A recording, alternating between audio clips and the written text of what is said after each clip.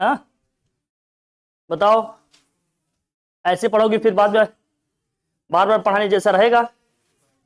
हाँ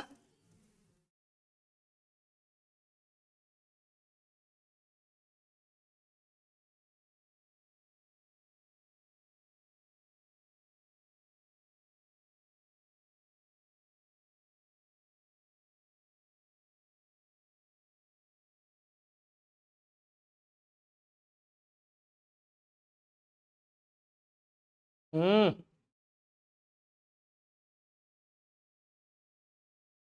इसके पहले वाले क्लास में हमने क्या देखा था?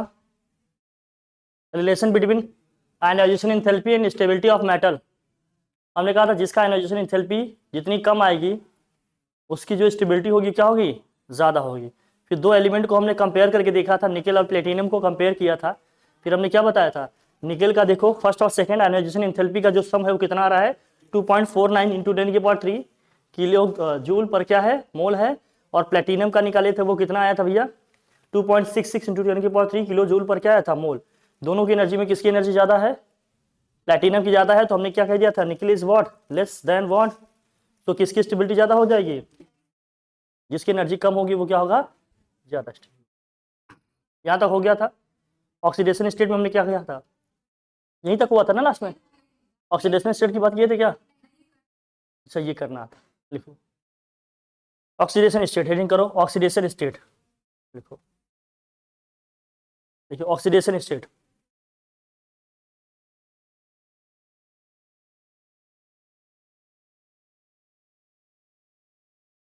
देखो डी ब्लॉक एलिमेंट्स हो variable oxidation state, D block element show what, variable oxidation state.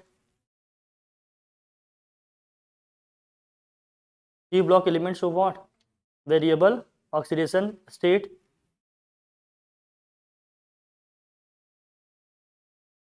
Variable oxidation state, जैसे दो तीन का एग्जांपल लिख लो। फॉर एग्जांपल जैसे जो भी चीज लिखेंगे उसको कोड करना पड़ेगा किसी न किसी एग्जांपल के साथ। जैसे एग्जांपल लिख लो, एग्जांपल के लिए एक दो का लिख लो, कोई भी एक दो का लिख लो। जैसे किसका लिखना चाहते हो आप, टाइटेनियम का लिखना चाहते हो तो कितना होता है इसका, +2 भी होता है, +3 भी होता है और +4 भी होता है, ठीक है। और जिसका आपको याद रखना है वो कौन है, क्रोमियम का देखो कितना है, क्रोमियम का कितना है, +2 है। +2 से लेकर +6 तक कुछ भी हो सकता है, +2 से लेकर +6 तक कुछ भी हो सकता है क्रोमियम का ऑक्सीडेशन स्टेट, देख लो बेटा। कंपाउंड टू कंपाउंड ये वेरी करेगा। मैंगनीज का कहां से कहां तक है, +2 से कहां तक है, प्लस। जो इसका लोवेस्ट है वो क्या है, +2 है। जो इसका हाईएस्ट है वो कितना है, +7, ठीक है। इसी तरह से आयरन का है, देखो आयरन का क्या क्या है, +2 है, +3 है, +4 है और क्या है, +6 है। +2 +3 +4 और क्या है, +6 है, ठीक है।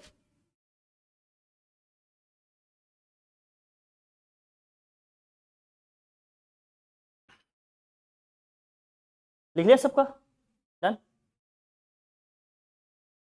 ये हमारा 3D सीरीज है। 3D सीरीज में सबसे ज्यादा किसकी ऑक्सीडेशन स्टेट है, मैग्नीज की, कितनी आएगी। उसके बाद किसका आ रहा है, आयरन का आ रहा है। कभी कभी पर्टिकुलर सीरीज को भी टारगेट करके पूछ लेंगे, किस सीरीज में किसका ऑक्सीडेशन स्टेट मैक्सिमम है, किसका मिनिमम है। थोड़ा थोड़ा याद रखना, बाकी निकालना तो आ ही जाएगा किसका है। लिख लिया, इसको बना लिया, बोलो भाई। अरे बनाओ, लिख लो।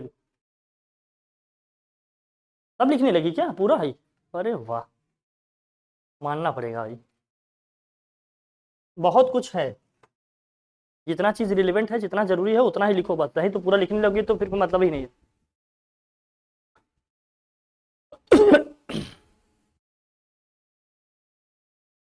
क्या कहना चाहती हो, हम्म।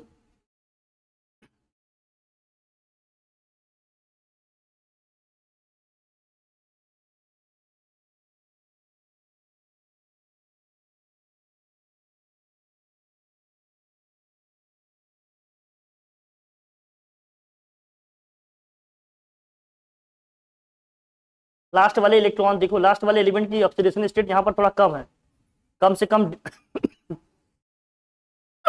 ये हमने पहले भी आपको बता दिखा है, लेकिन याद रखना अगर लोअर ऑक्सीडेशन स्टेट होगा तो जो बॉन्ड बनेगा कैसा होगा, हायर होगा तो क्या होगा, आयनिक होगा। याद रखना इसको, ये रिमार्केबल चीज है। लिखना, लिखो इफ, लिखो if in A coordination compound, ये कोऑर्डिनेशन कंपाउंड का बैकग्राउंड है एक तरह से। देखो if in A coordination compound, if in a coordination compound, if in a coordination compound, if in a coordination compound, if in a what, coordination compound,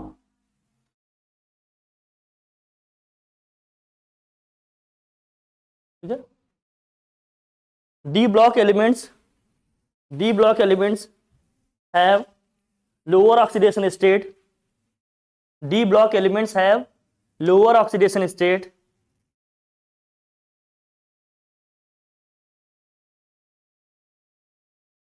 then they will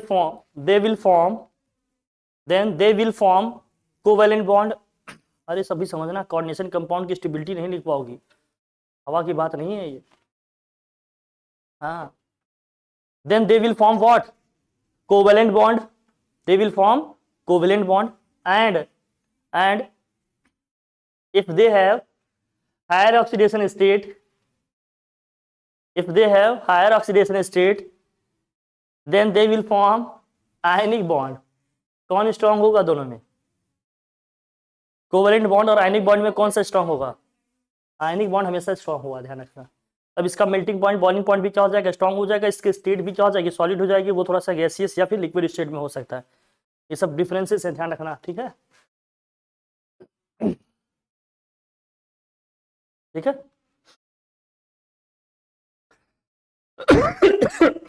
ये कभी कभी आ जाता है एमसीक्यू में। देखो highest oxidation state, highest oxidation state इससे ज्यादा नहीं हो सकता, हाईएस्ट ऑक्सीडेशन स्टेट वही है। इंटरेस्ट के साथ जब उसको बनाओगे पढ़ोगे तभी तो पढ़ने लिखने का बताने का मतलब है, ये कोई मतलब रह जाता है। नहीं गलत कह रहा हूं तो बताओ।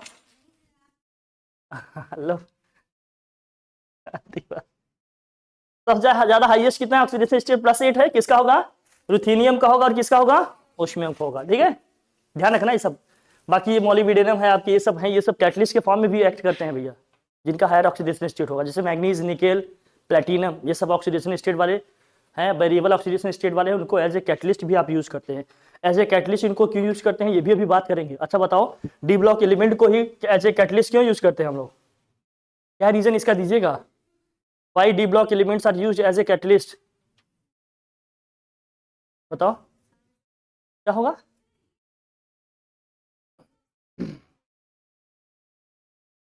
बहुत गजब,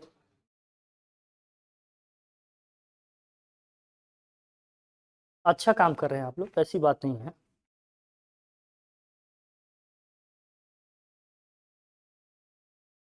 ये पूरा लिख लिया क्या, ये सब न्यूट्रल कंपाउंड है, ये सब कंपाउंड्स कैसे हैं, लिखो लिखो जरा, लिखो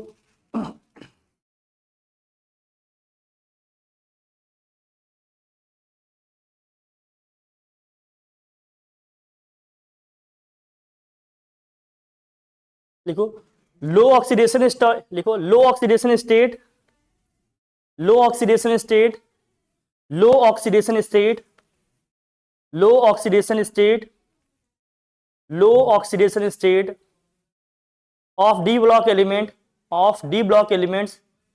अनु कल से तुम्हारी प्रॉपर नोट्स बननी चाहिए, रिवीजन प्रैक्टिस वहीं से करो, ये लॉलीपॉप वाली स्टडी से कल्याण नहीं हो पाएगा, समझ गई।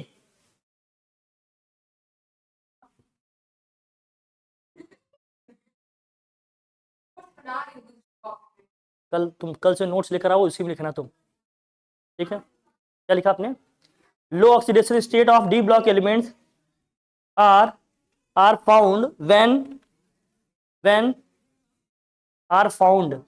are found when they form covalent bond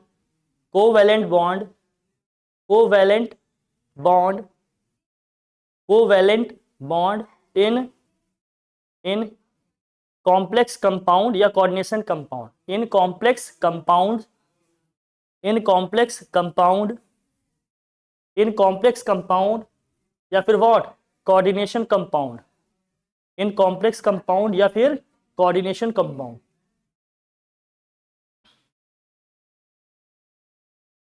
ठीक है, जैसे लिखो फॉर एग्जांपल ये है NiCO whole taken 4, FeCO whole taken 5, nickel tetra carbonyl है ये। हाँ चार है ना।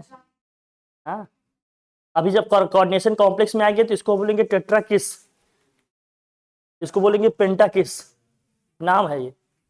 कोऑर्डिनेशन कंपाउंड में आएंगे टेट्रा किस, इसको बोलेंगे पेंटा किस, नाम है इनका। KI नहीं है, केवल KIS है ना। ठीक है, ध्यान रखना, कहीं कंपाउंड भी किस कर रहे हैं क्या। हाँ तो ध्यान रख। अरे तो मुस्कान तुम्हारी बेटा बता दिया, आमिर का इमरान हाशमी वाली स्मार्ट देखिए NiCO का होल टेकन क्या है 4 है, यहाँ क्या है FeCO का होल टेकन क्या है 5। कोऑर्डिनेशन में होंगे तो इसको टेट्रा किस पेंटा किस बोलते हैं, लेकिन टेट्रा पेंटा भी बोल रहे हैं, बाकी कोऑर्डिनेशन में जब नॉमेनक्लेचर करेंगे तो वहां बताएंगे आपको। ठीक है, तो NiCO का होल टेकन क्या है 4 है और FeCO का है। CO बेसिकली क्या होता है, न्यूट्रल होता है। CO बेसिकली क्या होता है, अगर आप लोगों को याद हो इसको हम कहते थे न्यूट्रल ऑर्गेनिक ऑक्साइड होता था आपका। कार्बन मोनोऑक्साइड को हम लोग क्या बोल रहे हैं, मतलब एक तरह से उसमें लेते थे।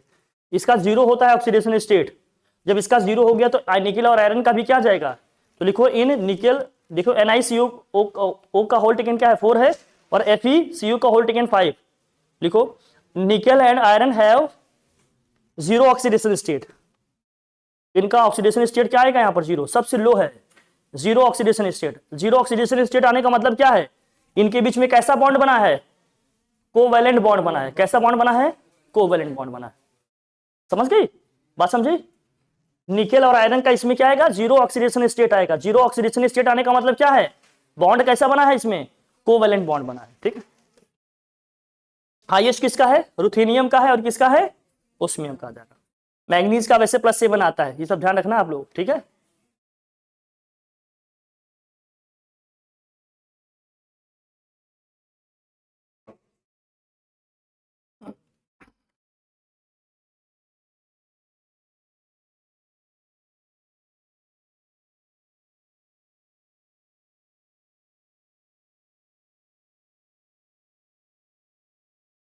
बहुत ज्यादा कुछ इधर उधर नहीं आएगा तुम्हारे में, तो इतना ज्यादा नहीं डिटेल में बता रहे हैं। अगर किसी मिलता है तो इनकेस बता दो,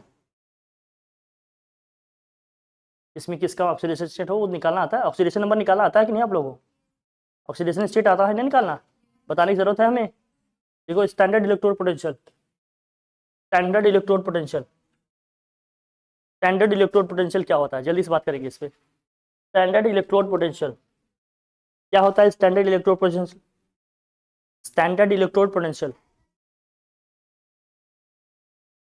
क्या होता है। स्टैंडर्ड इलेक्ट्रोड पोटेंशियल का मतलब क्या होता है, देखो केमिस्ट्री में जब स्टैंडर्ड वर्ड यूज हो जाए इसका मतलब क्या होता है, केमिस्ट्री में जब स्टैंडर्ड वर्ड यूज हो जाए इसका क्या मतलब होता है, क्या स्टैंडर्ड है आपका बताइए। जैसे कहते हैं ना कि आपका क्या स्टैंडर्ड है, अरे वो तो बेटा वो तो है ही, हर चीज को एक मतलब स्पेसिफाई करते हो तो उसका कुछ लेवल बताते हो ना। जैसे कोई कोचिंग के बारे में पूछेगा कि आपका क्या स्टैंडर्ड है, आप क्या क्या फैसिलिटेट करते हो। आप कहीं जा रहे हो, बस से सफर कर रहे हो तो आप बताएंगे आप अपने बस में या जहाँ जाते हो, आप कहीं होटल में जा रहे हो, आप बताओगे इसका क्या स्टैंडर्ड है, क्या फैसिलिटी आप फैसिलिटेट कर रहे हो, है ना भाई। हम वहाँ पर बैठे तो हमें क्या क्या फैसिलिटी मिलेगी। वैसे आप बोलते हो जब केमिस्ट्री में किसी भी स्पेसिफिक रिएक्शंस या किसी भी स्पेसिफिक कंडीशन की हम स्टैंडर्ड की बात करते हैं, तो केमिस्ट्री में जब स्टैंडर्ड वर्ड यूज हो जाए इसका मतलब क्या है, लिख लेना चाहो तो। स्टैंडर्ड वर्ड का मतलब क्या है केमिस्ट्री में,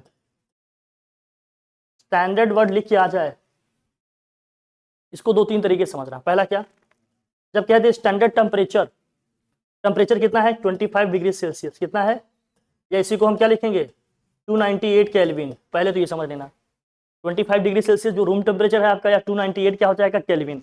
दूसरा समझना क्या है, अगर कॉन्सेंट्रेशन की बात कर रहे हैं तो कॉन्सेंट्रेशन क्या होगा 1 मोल होगा। कॉन्सेंट्रेशन क्या होगा 1 मोल पर लीटर, 1 मोल पर क्या होगा लीटर होगा। कॉन्सेंट्रेशन क्या होगा 1 मोल पर लीटर, मतलब मोलर कॉन्सेंट्रेशन होगा। और अगर उसमें कहीं गैस वो यूज किया गया तो प्रेशर कितना होगा उसका 1 atm, कितना होगा, और 1 atm का मतलब कितना होता है 760 mmHg होता है ना, या कितना होता है आपका 1.013 इंटू 10 की पावर में कितना होता है 5 पास्कल या न्यूटन पर मीटर स्क्वायर। ठीक है, लिख लेना। केमिस्ट्री में जब स्टैंडर्ड वर्ड आ जाए तो इसका मतलब ये होता है, जब भी कहीं आ जाए standard EMF, standard electrode potential, है ना, standard temperature, standard pressure, standard concentration, हम सब क्या है मतलब यही है। ठीक, एकदम फेमिलियर है ना। स्टैंडर्ड वर्ड का मतलब क्या है, टेम्परेचर के कॉन्टेक्स्ट में लिखा जाता है तो लिखेंगे 25 डिग्री सेल्सियस या 298 केल्विन। कॉन्सेंट्रेशन के कॉन्टेक्स्ट में लिखेंगे तो क्या होगा 1 मोल पर लीटर होगा या 1 मोल होगा उसका कॉन्सेंट्रेशन। और प्रेशर की बात करेंगे तो 1 atm होगा या 760 mmHg होगा या 1.013 इंटू 10 की पावर 5 पास्कल। ठीक है, प्रेशर ये होगा, कॉन्सेंट्रेशन ये होगा और टेम्परेचर ये होगा, ये सारी चीजें हैं आपकी, एकदम ध्यान रखना। स्टैंडर्ड वर्ड से एकदम फेमिलियर रहो, कहीं पर आ जाए तो क्या है। अब इलेक्ट्रोड पोटेंशियल का मतलब क्या है ये समझते हैं। किसी को आइडिया है, इलेक्ट्रोकेमिस्ट्री तो पढ़ चुके हो ना, इलेक्ट्रोकेमिस्ट्री तो पढ़ चुके हैं ना आप लोग। इलेक्ट्रोड पोटेंशियल का मतलब क्या है। अच्छा मुझे ईमानदारी से बताओ, अपने दिल पे हाथ रखिए या दिमाग पे, जहां भी रख सकते हो। आप ये मुझे बताओ कि अब तक कितने चैप्टर केमिस्ट्री के आपके ढंग से तैयार हैं, या जिसमें लग रहा है कि अब मुझे बस जाकर लिख देना है, मैं कर ले जाऊंगा या कर ले जाऊंगी। कोई ऐसा चैप्टर है जो इतना अच्छे से तैयार हो गया हो। हेलो एल्केन, हेलो एल्केन, हाँ तैयार हो गया है।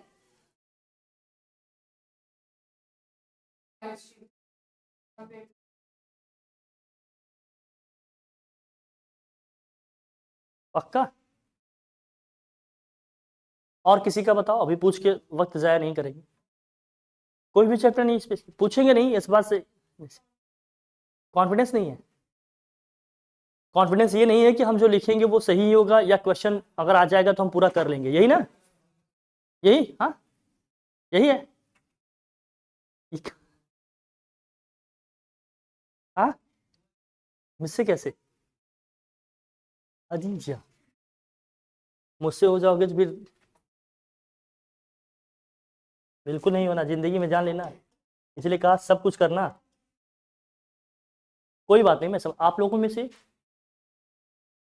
हाँ आप भी 12th में है ना, मतलब बताओ कितने चैप्टर तैयार किए हो केमिस्ट्री में।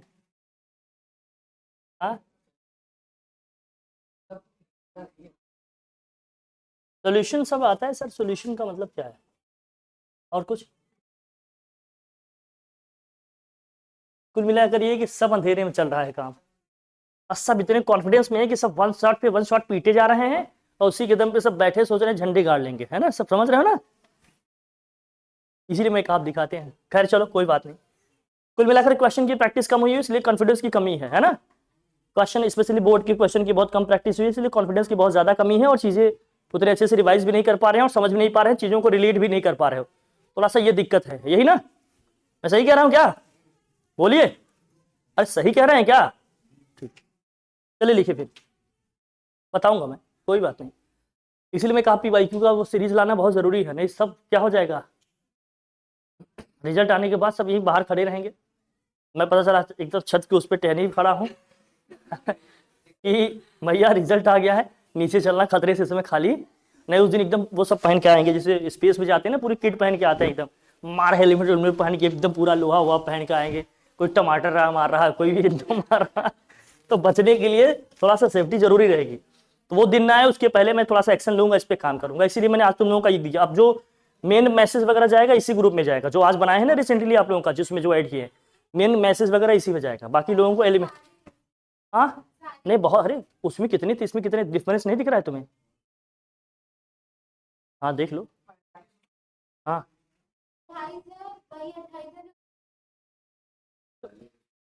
हम्म, तो डिफरेंस नहीं है, डिफरेंस, अरे तो डिफॉल्टर को हमने अलग कर लिया है ना।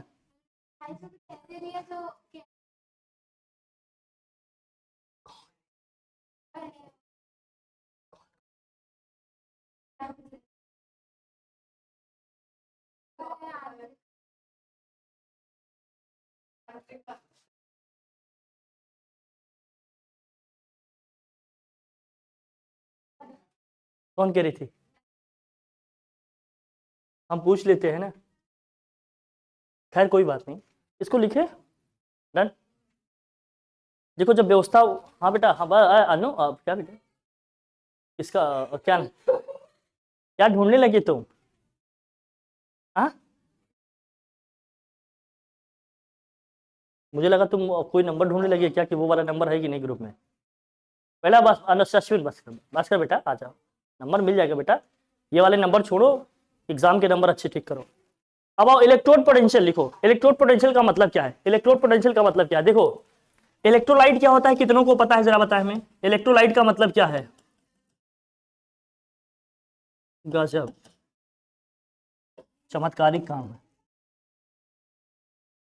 कोई और बताए? तुम लोग नहीं बता पाए, कौन बताएगा? हाँ अरे यार वो तो भी आया, इसको पढ़ने भी देगा तब तो बताएगा।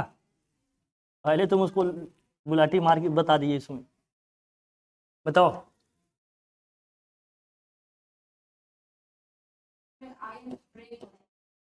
गजब भाई, बताओ।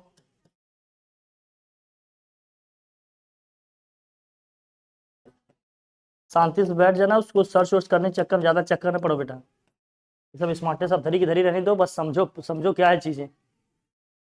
इलेक्ट्रोड पोटेंशियल का मतलब क्या है? देखो पहले, अगर हमने कोई इलेक्ट्रोलाइट लिया, मतलब कोई सोल्यूशन लिया, चाहे वो एसिड हो या बेस हो या कोई भी सॉल्ट हो, है ना, समझना है यहाँ इसका मतलब क्या है। इलेक्ट्रोलाइट का मतलब क्या है? एक ऐसा सोल्यूशन है जिसमें हम डायरेक्ट करंट की सप्लाई करते हैं तो वो अपने कॉन्स्टिट्यूएंट साइड में क्या हो जाता है, स्प्लिट हो जाता है। ऐसे सोल्यूशन को हम लोग क्या बोलते हैं? इलेक्ट्रोलाइट। इसमें डीसी की सप्लाई करेंगे, अपने कॉन्स्टिट्यूएंट आयन में क्या हो जाएगा, स्प्लिट हो जाएगा। जैसे NaCl है, NaCl का एक्वा सोल्यूशन आप बना लो, इसमें हम डीसी की सप्लाई करेंगे तो किसमें ब्रेक हो जाएगा, ये Na+। इसका मतलब NaCl भी अपने आप में क्या है कि एक इलेक्ट्रोलाइट है। ये क्या है अपने आप में, एक इलेक्ट्रो। ऐसे बहुत सारे सोल्यूशन है, सभी एसिड बेस सब क्या है हमारे, इलेक्ट्रोलाइट है। सभी एसिड बेस जो भी पढ़ रहे हैं सबके सब क्या है हमारे, इलेक्ट्रोलाइट। अब समझना, तो इनको हम कहते हैं इलेक्ट्रोलाइट। फिर उसमें हम क्या करेंगे, इलेक्ट्रोड डिप करेंगे। इलेक्ट्रोड डिप करेंगे, कौन सा इलेक्ट्रोड डालेंगे? जिस मेटल का वो एसिड या बेस होगा या सॉल्ट होगा, उसी मेटल का क्या रॉड करेंगे, क्या उसमें डिप करते हैं। जैसे कॉपर सल्फेट सोल्यूशन है तो कॉपर की रॉड डालेंगे। अगर हम जिंक सल्फेट सोल्यूशन लिए तो क्या करेंगे, जिंक की रॉड डालेंगे। वो हमारा क्या होगा, इलेक्ट्रोड। इलेक्ट्रोड बेसिकली क्या होता है, एक रॉड होता है, एक प्लेट होता है, मेटल का होता है, जिसका वो सोल्यूशन होता है, उसी में उसको डिप करते हैं, डुबोते हैं। तो डुबो देने के बाद इसमें क्या होगा, इसका जो इलेक्ट्रोलाइट है, जो उसका सोल्यूशन है, और जो ये इलेक्ट्रोड हमने जिस मेटल का इसमें डाला, इन दोनों के बीच में क्या होगा, पोटेंशियल डिफरेंस जनरेट होगा। लेकिन ये बात आपको समझ में नहीं आएगी क्योंकि अभी प्रैक्टिकली देख ही नहीं रहे हैं। तो क्या होगा देखो समझना, इसको जब लिखना होगा तो कैसे लिखेंगे, इलेक्ट्रोड पोटेंशियल का मतलब क्या, फिजिक्स वाला ना लिखना, पोटेंशियल डिफरेंस, पोटेंशियल की डेफिनेशन। केमिस्ट्री में इलेक्ट्रोड पोटेंशियल का मतलब क्या है कि जब भी हम किसी इलेक्ट्रोड को उसके इलेक्ट्रोलाइट में डिप करेंगे तो उस इलेक्ट्रोड में क्या होगा, या तो इलेक्ट्रॉन को सोल्यूशन में डालने की या सोल्यूशन से इलेक्ट्रॉन बाहर निकालने की टेंडेंसी आ जाएगी। उसी टेंडेंसी को हम लोग क्या कहेंगे, इलेक्ट्रोड पोटेंशियल। इलेक्ट्रोड पोटेंशियल का मतलब क्या है, टेंडेंसी टू लूज और what, gain electron from by a what, by an electrode, by an electrode when it is dipped into या when it is emerged into its electrolyte. जब इसके solution में हम मेटल को डुबो देंगे तो इसमें इलेक्ट्रॉन को लूज करने की, गेन करने की टेंडेंसी आ जाएगी। उसी टेंडेंसी को हम लोग क्या कहेंगे, इलेक्ट्रोड पोटेंशियल। लेकिन जब यही कंडीशन, यही इलेक्ट्रॉन को लूज और गेन करने की टेंडेंसी इन कंडीशन में होगी, तब उसी को क्या बोलेंगे, स्टैंडर्ड इलेक्ट्रोड पोटेंशियल। बहुत सिंपल डेफिनेशन है, लिख लिया जाए। देखिए इलेक्ट्रोड पोटेंशियल का मतलब क्या है, फिर स्टैंडर्ड इलेक्ट्रोड पोटेंशियल का मतलब क्या है, लिखो। इसको साइड में बना लेना, थोड़ा सा पिक्चर वगैरह बनाओगे ना तो सारा इंप्रेशन अच्छा बनता है ना। एकदम प्रैक्टिकल लर्निंग रखो, तभी जाकर सब चीजें आपको आसानी समझ में आएंगी, है ना। लिखो लिखो, लिखो इलेक्ट्रोड पोटेंशियल पहले लिखो, लिखो पहले इलेक्ट्रोड पोटेंशियल लिखो। देखो द टेंडेंसी टू लूज और gain electron, the tendency to lose और what, gain electron, the tendency to lose और व्हाट, गेन इलेक्ट्रॉन। तुम लोग रेगुलर रहो, मैं बाकी सबकी तो गारंटी नहीं ले सकता, लेकिन PYQ वाला जब सेशन कराएंगे तो मैं गारंटी के साथ कह रहा हूँ आप लोगों की एग्जाम बहुत बेहतरीन तरीके से निकलवा दूंगा। 70 में कम से कम आप मिनिमम 60, 62, 63 करके आओगे, मिनिमम बता रहे हैं, गारंटी के साथ। लेकिन हाँ, बहुत तसल्ली से, बहुत मेहनत के साथ रिवीजन प्रैक्टिस करना पड़ेगा जितना कराएंगे सब। फिर वहाँ इजी और टफ और मन बहलाने वाली बात नहीं होगी, वहाँ बोर्ड का पूरा नेचर समझना पड़ेगा। हर लेवल का क्वेश्चन जो कराएंगे, हर लेवल के क्वेश्चन की प्रैक्टिस करना। अगर कुछ भी नहीं किए हो ना तब भी समझो 1-1.5 महीने में कमाल हो जाएगा, समझ गए कि नहीं? हाँ, लेकिन शिद्दत से उतना सब तैयार करके आना, पढ़ के आना, तभी मजा आएगा। मे बी सैटरडे से, इसी सैटरडे से। हाँ हाँ, इसी सैटरडे से, इसलिए पूरा एकदम पैटर्न ही अलग कर दिया ना। आज अचानक से डिसीजन ले लिए, हो गया, अब काम बनेगा। लिखो इसमें क्या लिखा आपने, द टेंडेंसी टू लूज और gain electron by N electrode, by N electrode, by N electrode when it is immersed, when it is immersed, IMME, when it is immersed, IMME RSED, when it is immersed into its electrolyte, into its what? Electrolyte, into its electrolyte, electrolyte मतलब समझ गए ना आप लोग, into its electrolyte मतलब ऐसा solution है जिसमें हम डायरेक्ट करेंट की सप्लाई करें तो वो अपने आयन में क्या हो जाए, ब्रेक हो जाए। ऐसे सोल्यूशन को हम लोग क्या कहते हैं, इलेक्ट्रोलाइट। इसमें सभी एसिड बेस सॉल्ट वगैरह सब आएंगे, ठीक है, ध्यान रखना। क्या लिखा आपने, into its bond electrolyte is called electrode potential, is called electrode potential. इस टेंडेंसी को हम लोग क्या बोलेंगे, इलेक्ट्रोड पोटेंशियल। अब नीचे लिखो स्टैंडर्ड इलेक्ट्रोड पोटेंशियल,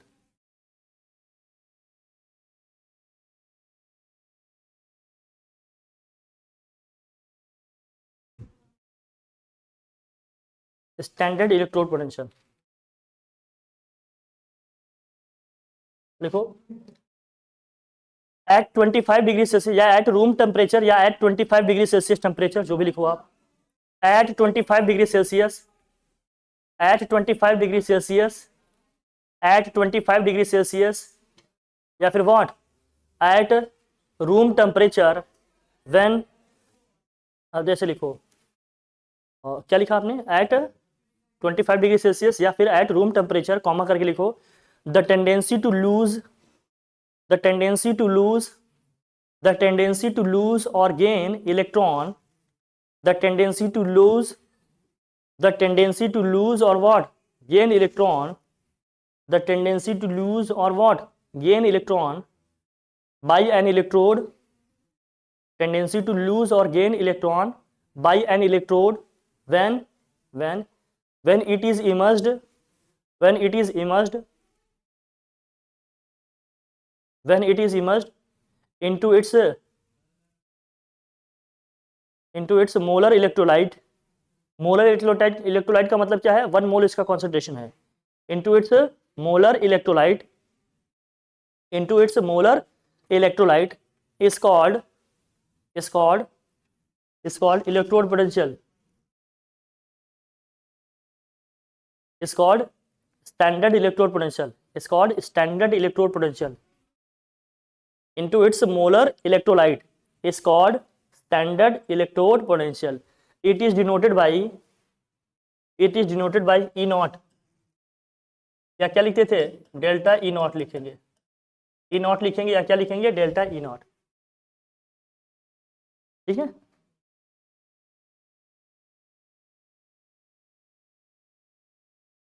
नीचे लिखो, it is the total measurement of enthalpy change. It is the what, total measurement of enthalpy change. enthalpy क्या होता है, enthalpy का मतलब हमने क्या कहा था, एक तरह का हीट है या एनर्जी है जो क्या होता है, in total enthalpy change, total enthalpy change। नीचे लिखो, एंथैल्पी का मतलब क्या है, जानते हो क्या होता है, मैंने कितनी बार बताया, मैंने कहा इन सब वर्ड्स का मतलब लिख लिया करो कहीं पर। क्या होता है एंथैल्पी का मतलब, एनर्जी है, हीट है, मतलब कैसे समझते हो इसको, तो भी समझो जब कांस्टेंट प्रेशर पे किसी भी सॉल्यूशन का या किसी भी सब्सटेंस का हमने 1 मोल लिया, क्या लिया, 1 मोल सब्सटेंस लिया किसी सॉल्वेंट में, सपोज करो वाटर में हमने डिजोल्व कर दिया, तो वाटर में डिजोल्व करने के बाद उससे जो हीट क्या होगी, इवॉल्व होगी, उसी अमाउंट ऑफ हीट को हम लोग क्या कहते हैं। इन शॉर्ट ये समझो कि किसी भी कंपाउंड में या किसी भी हम मॉलिक्यूल की बात कर रहे हैं, उसके 1 मोल बॉन्ड को ब्रेक करने के लिए या 1 मोल बॉन्ड को फॉर्म करने के लिए जितनी एनर्जी की रिक्वायरमेंट होगी या जितनी एनर्जी रिलीज होगी, उसी को हम लोग क्या बोलते हैं, एंथैल्पी बोलते हैं। क्या बोलते हैं, मतलब 1 मोल बॉन्ड को ब्रेक करने में जितनी एनर्जी की जरूरत होगी या जितनी एनर्जी रिलीज होगी, उसी को हम क्या बोलेंगे, एंथैल्पी। या यूँ समझो कांस्टेंट प्रेशर पे किसी भी सब्सटेंस का 1 मोल वाटर में हमने डिसॉल्व किया, उससे जो हीट इवॉल्व होगी इसी अमाउंट ऑफ हीट को हम क्या कहेंगे, इंथैल्पी कहेंगे। ये सारी चीजें हैं, टर्म्स हैं, जानते रहो, समझते रहो, ठीक है, कोई दिक्कत वाली बात। लिखो इलेक्ट्रोड पोटेंशियल डिपेंड्स, देखिए electrode potential depends upon, electrode potential depends upon, electrode potential depends upon enthalpy of atomization, enthalpy of atomization, enthalpy of what, atomization and hydration, and hydration and what, hydration। ये word आपने पहली बार सुना होगा या 11th में पढ़ा होगा, hydration. जानते हो हाइड्रेशन का मतलब क्या है, हाइड्रेशन का मतलब क्या होता है जानते हो। अब देखो वर्ड से ही फेमिलियर नहीं हो तो चीजें केमिस्ट्री के कहां से आएंगी। इंथैल्पी चेंज पता है, हाइड्रेशन का मतलब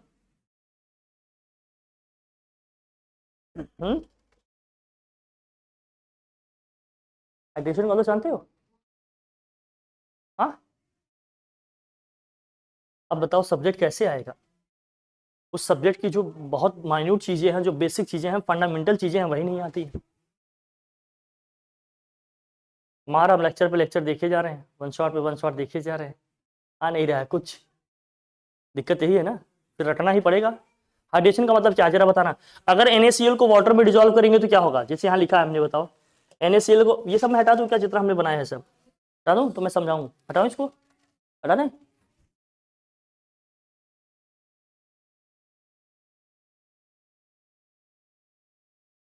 अगर हमने वाटर में क्या किया, NaCl को डिजोल्व किया, ये वाटर है H2O। अच्छा H2O को अगर मैं आयोनाइज करूं तो किसमें टूटेगा, ये H+ON माइनस। अगर NaCl को इसके अंदर में डाल रहा हूं, NaCl आयोनाइज होगा तो किसमें ब्रेक होगा, Na+ और क्या होगा, Cl माइनस। अब हाइड्रेशन का मतलब समझना, ऑब्वियस सी बात है, जब इसमें जो जाएगा, बहुत समझना अच्छे से, कोई भी सब्सटेंस या मॉलिक्यूल वाटर में तभी सॉल्वेबल होगा, बहुत ध्यान समझना, जब वाटर जो है, water molecule, water as a solvent capable होगा इनके बीच के बॉन्ड को ब्रेक करने में। जैसे तुम समझते हो ना कि ये इसमें सॉल्वेबल है, बस इतना समझ लिए, बस सॉल्वेबल है, क्यों, क्योंकि ये पोलर है, वाटर पोलर नेचर का। हमने कॉन्सेप्ट पढ़ना है क्या, like dissolve like, like substance क्या होंगे, लाइक सॉल्वेंट में क्या हो जाएंगे, डिजॉल्व हो जाएंगे। ऑर्गेनिक सब्सटेंस क्या होंगे, ऑर्गेनिक सॉल्वेंट में डिजॉल्व होंगे, और क्या होंगे, पोलर सॉल्वेंट हमारे वाटर में क्या हो जाएंगे, डिजॉल्व होंगे। बेटा कुछ कर रहे हो विशेष, आपने सुना जो मैं बोला, क्या बोला, हुँ? ओ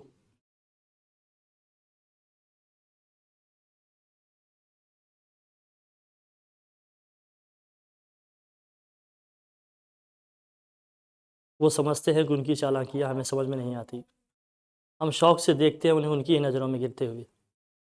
हट समझ तो पहले, ध्यान लगा ले बेटा, तेरा ध्यान किधर है, तेरा कॉन्सेप्ट इधर है।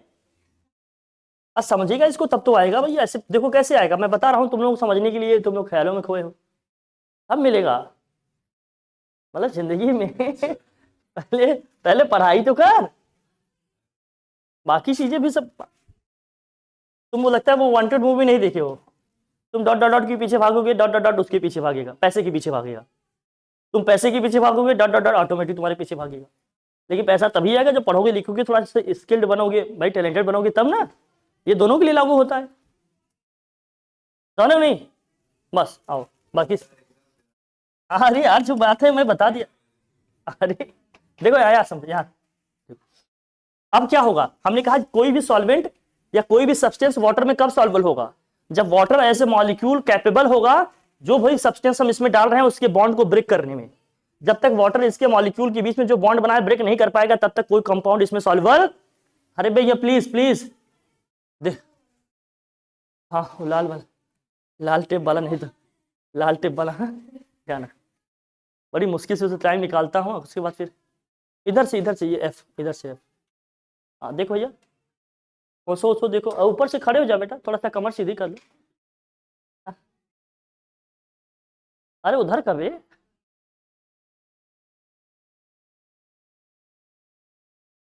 बस बस बस रुक जाओ बेटा, लाइट नहीं होगी इसलिए नहीं चलना, अभी आ जाएगा चलेगा। हाँ अरे उससे ये चलेगा, ये भी यहाँ से स्विच बंद है। बस बस बस बस, अरे अब अगर करोगे मैं कैमरे पर जाऊंगा, जान लेना। गुस्सा नहीं दिलाना मुझे, जान लेना, फिर कैमरे में सिर्फ यही आएगा, मैं नहीं आऊंगा, ध्यान लेना। हाँ हाँ ठीक, मैं समझ रहा हूँ, उतार तो तुम बड़ा बड़ा होती है बेटा, पूरी बोतल में अपने आप को उतार दिए, ये तो मैं मारूंगा बहुत पागल। मेरे कहने का मतलब बार बार दिक्कत होती थी। आ जाओ।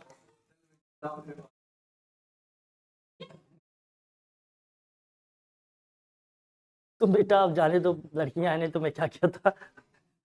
बोलने को तो मैं बहुत कुछ बोल सकता हूँ, लेकिन थोड़ी सी इज्जत मेरी अभी बची है तो मैं थोड़ा बचा लेता हूँ, ठीक। लेकिन अच्छी बात है, तो उतर गए जहां उतरना था। चलो आप में आ जाओ, अब समझो।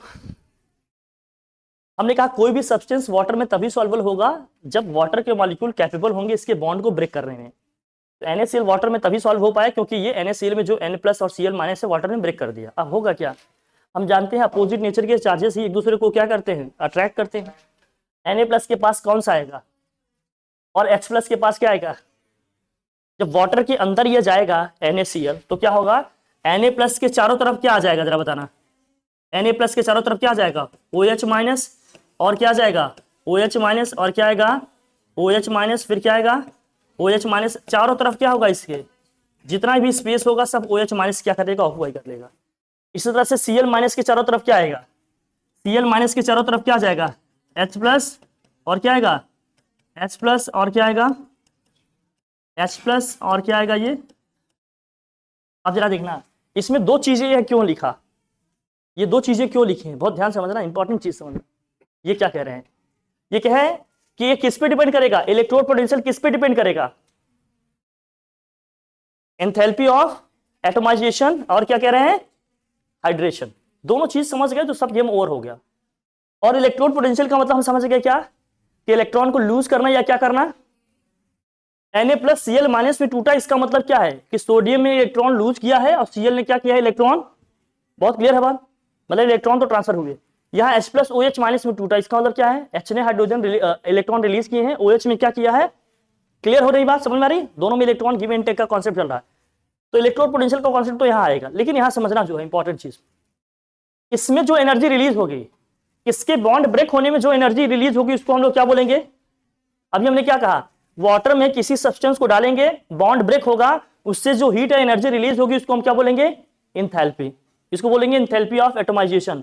जितना बॉन्ड बनने में एनर्जी रिलीज हुई होगी उतना ही बॉन्ड ब्रेक करने में भी एनर्जी की क्या होगी, जरूरत रही होगी। कोई दिक्कत वाली बात है नहीं। अब यार हाइड्रेशन का मतलब क्या है, जब दो एटम पास पास आएंगे, जैसे एटम ए है, ये एटम क्या है, बी है, जब दो एटम पास पास होंगे, इनके बीच में जब बॉन्डिंग होगी तो इनके बीच में बॉन्ड होने के बाद भी एनर्जी क्या होगी, रिलीज होगी। इनके बीच में जब बॉन्डिंग होगी तब भी एनर्जी क्या होगी, रिलीज होगी। अब हाइड्रेशन का मतलब क्या है, Na+ के चारों तरफ क्या आएगा, OH- OH-। ये अपोजिट नेचर के चार्जेस हैं, एक दूसरे को क्या करेंगे, तो Na+ के पास आएगा OH-, तो OH- इसके इतने पास आ जाएंगे तो NaOH क्या होगा, एक कंपाउंड बन जाएगा। NaOH क्या बन जाएगा, एक। तो इसको बोलते हैं हाइड्रेशन एनर्जी, क्योंकि अब Na+ और OH- के बीच में बॉन्ड बनेगा। Na+ और OH- के बीच में क्या बनेगा, इस बॉन्ड बनने के प्रोसेस में भी एनर्जी क्या होगी, रिलीज होगी। उसी एनर्जी को हम लोग क्या बोलेंगे, हाइड्रेशन एनर्जी, और इस प्रोसेस को क्या बोलेंगे, हाइड्रेशन बोलेंगे। इसी तरह से इस Cl- के पास क्या आ रहा है, H+ आ रहा है, जब बहुत पास आ जाएंगे तो क्या बन जाएगा, HCl। हालांकि ये फिर ब्रेक होंगे, NaOH का फिर से वो ब्रेक होगा, लेकिन इस बनने के प्रोसेस में क्या होगा, एनर्जी रिलीज होगी। इसी एनर्जी को बोल रहे हैं हाइड्रेशन एनर्जी, और इस प्रोसेस को क्या बोल रहे हैं, हाइड्रेशन। बात समझ में आई क्या, हाइड्रेशन का मतलब क्या है, जब कंपाउंड या सब्सटेंस को हमने वाटर में डिसॉल्व किया तो अपोजिट नेचर वाले जो चार्जेस हैं एक दूसरे को क्या किए, सराउंडिंग में एकदम घेर लिए, उसके बाद उनके बीच में बॉन्डिंग हुई, उस बॉन्डिंग से जो एनर्जी रिलीज होगी इसको क्या बोलेंगे, हाइड्रेशन एनर्जी, और उस प्रोसेस को हम लोग क्या बोलते हैं, हाइड्रेशन। और इंथैल्पी का मतलब क्या है, जब सब्सटेंस को उसके अंदर डाले थे उस समय जब बॉन्ड ब्रेक हुआ उस समय जो एनर्जी रिलीज हुई उसको हम क्या बोलेंगे, इंथैल्पी। क्योंकि इन दोनों ही प्रोसेस में चार्ज आ रहा है, चार्ज आ रहा है इसका मतलब क्या है, इलेक्ट्रॉन लिए गए हैं और दिए गए हैं। इलेक्ट्रॉन लेने देने का जो प्रोसेस है उसी को हम लोग क्या बोल रहे हैं, इलेक्ट्रोड पोटेंशियल। इसीलिए कहा जा रहा है क्या, कि इलेक्ट्रोड पोटेंशियल किस पे डिपेंड करेगा, एंथैल्पी ऑफ एटमाइजेशन। और नई बात क्यों है ये, थोड़ा सा बना के लिख लेना, अगर लिख सकते हो तो, नहीं तो कोई बात ही नहीं। ये सब एग्जाम्पल लिखने आनी चाहिए, तब जाकर ये फैक्ट टू आंसर लिख पाओगे आप। That's it, clear. बना लो जल्दी से लिखो। डिहाइड्रेशन मतलब रिलीज, रिमूवल ऑफ वाटर होता है। डिहाइड्रेशन रिएक्शन में आता है, रिमूवल ऑफ H2O, ये तो ऑर्गेनिक रिएक्शन है। डिहाइड्रेशन का मतलब रिमूवल ऑफ वाटर होता है, ठीक है, लिखो। और हाइड्रेशन का मतलब केमिस्ट्री में होता है एडिशन ऑफ वाटर होता है, वाटर मॉलिक्यूल इससे ऐड होंगे। लिखो जल्दी जल्दी लिखो भैया प्लीज प्लीज प्लीज, इसको बना लो, थोड़ा सा लिख लेना किसका क्या मतलब है। इस प्रोसेस में जो एनर्जी रिलीज होगी इसको हम क्या बोलेंगे, इस प्रोसेस को क्या बोलते हैं, हाइड्रेशन। इस प्रोसेस को क्या बोलते हैं हम लोग, हाइड्रेशन। और यहां से जो एनर्जी रिलीज होगी इसको हम क्या बोलेंगे, हाइड्रेशन एनर्जी बोलेंगे। क्लियर हुई बात। हर सब्जेक्ट का जब टर्म सीख जाओगे ना तो सब्जेक्ट ऑटोमेटिक क्या लगने लगेगा, इजी लगने लगेगा, इजी क्विजी लगेगा। टर्म्स ही नहीं पता है तो चीजें फिर कहां से होंगी, बहुत टफ लगेगी, रटना ही पड़ेगा। मार वन शॉट पे वन शॉट देखे जा रहे हैं।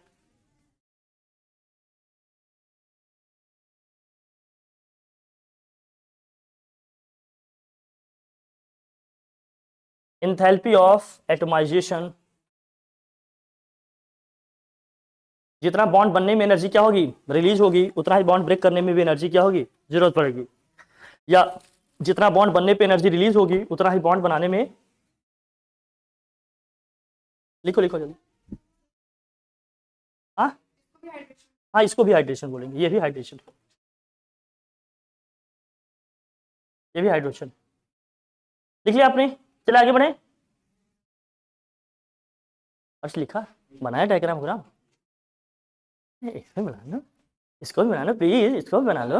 आप बनाओ बनाओ बनाओ, मतलब बनाओ सब लोग।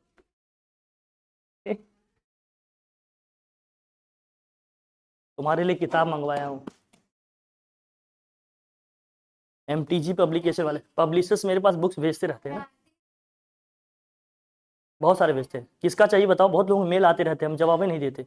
जिसका चाहिए बताओ, बस यस बोलेंगे अगले दिन, मतलब जितना डिलीवरी में टाइम लगेगा। और सवाल MTG टुगेदर विथ, मतलब उसी का बहुत सारे खाता रहा, अरिहंत का सबका आ जाएगा। मेरे पास बहुत सारे वनडे एग्जाम के भी हैं। हाँ, क्या चाहिए ये बताओ। हाँ, क्या चाहिए, मिल जाएगा। केमिस्ट्री रह गई है मेरी, वो क्लास 12th की, देंगी नहीं क्या, नहीं देंगे क्या?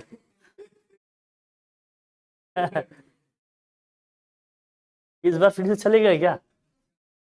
हाँ, मुझे नहीं पता है, कब बता रही थी, कब बता रही थी, कौन बता रहा है?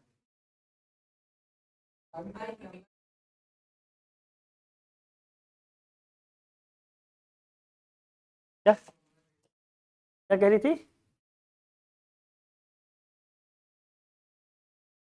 चाहे जो, देखो चाहे जो भी हो जाए, अब चलो भाई क्लास है, अभी क्या बताए, हटाए लिखे इसको। हाँ, कोई लिखो, lower the standard electrode potential, lower the standard electrode potential, lower the standard electrode potential, more stable is the oxidation state of the metal, more stable is the what, oxidation state। बैठो सब लोग, रुको, सबको रोको सबको।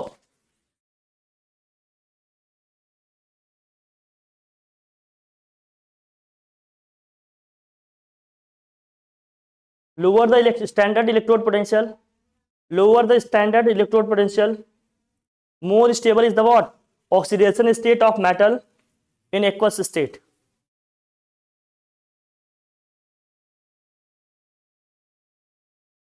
in aqueous state। अब electrode potential सबका लिखा हुआ है, दो चार का लिख लो जैसे समझाने के लिए लिखा गया। हाँ हाँ हाँ, मतलब ये रहेगा कंपैरिजन जब करना होगा तो कैसे बताओगे।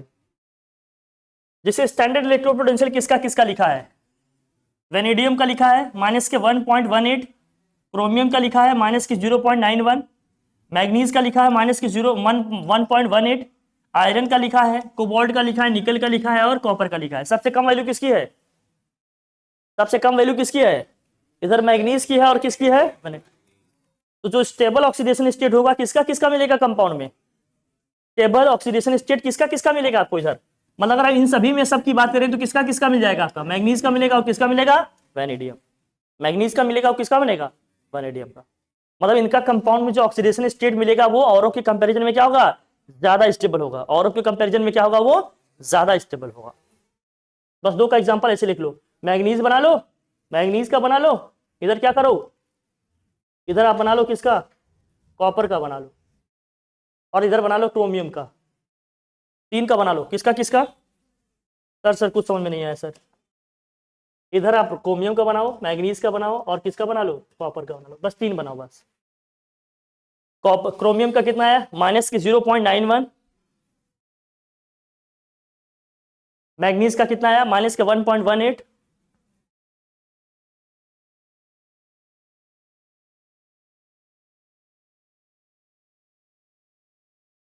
माइनस के 1.18, कॉपर का कितना है? प्लस के 0.34।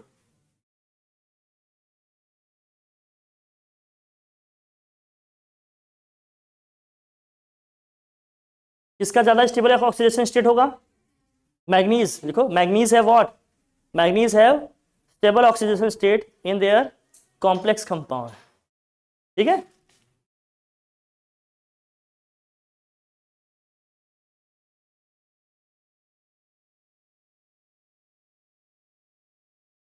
अब ये क्वेश्चन बनता है हमारा कि अभी तक जितने इलेक्ट्रोड पोटेंशियल लिखे सबका नेगेटिव था, लेकिन अचानक से एंड वाला कॉपर का क्या गया? पॉजिटिव। अचानक से कॉपर वाला क्या गया? पॉजिटिव। रीजन इसका पूछा जा रहा है, क्यों ऐसा हो रहा है बताओ।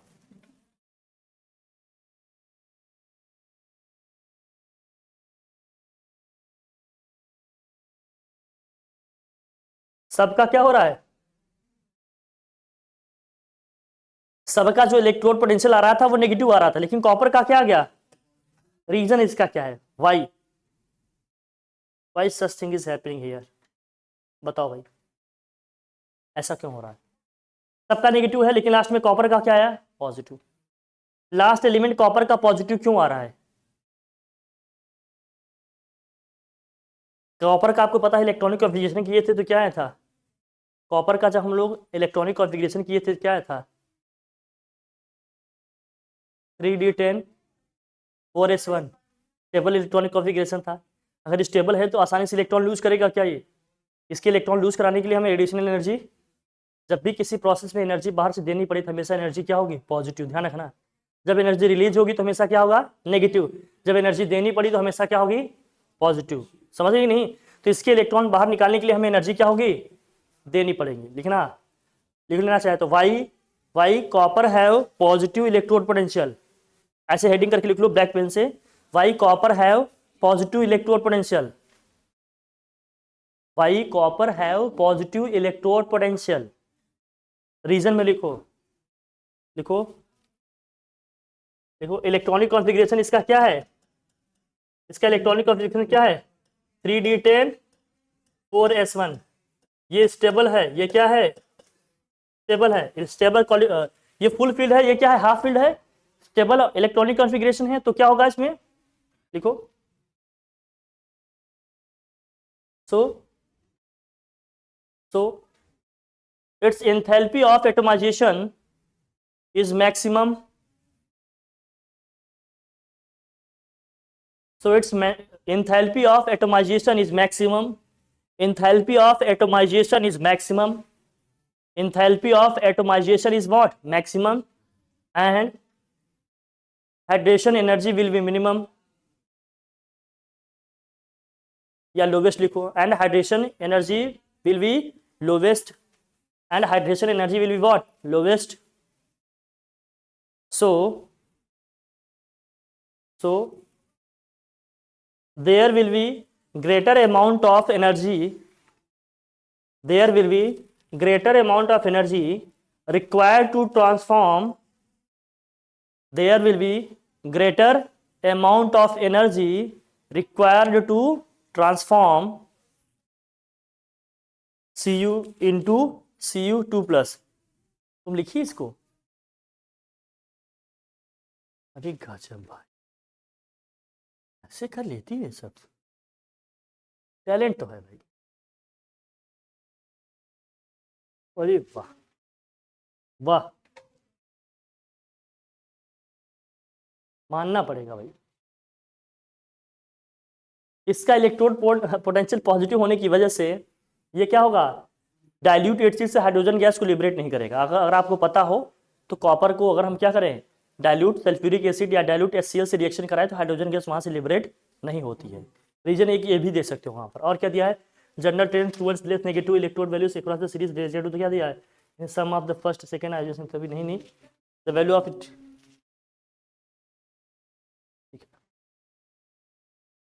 बाकी इसमें बताएंगे तुम लोगों को, और जो चीज़ें हैं आपको बाद में एक्सप्लेन करेंगे, अच्छे समझाएंगे क्या है, अभी जल्दी में करना ठीक है, ठीक है।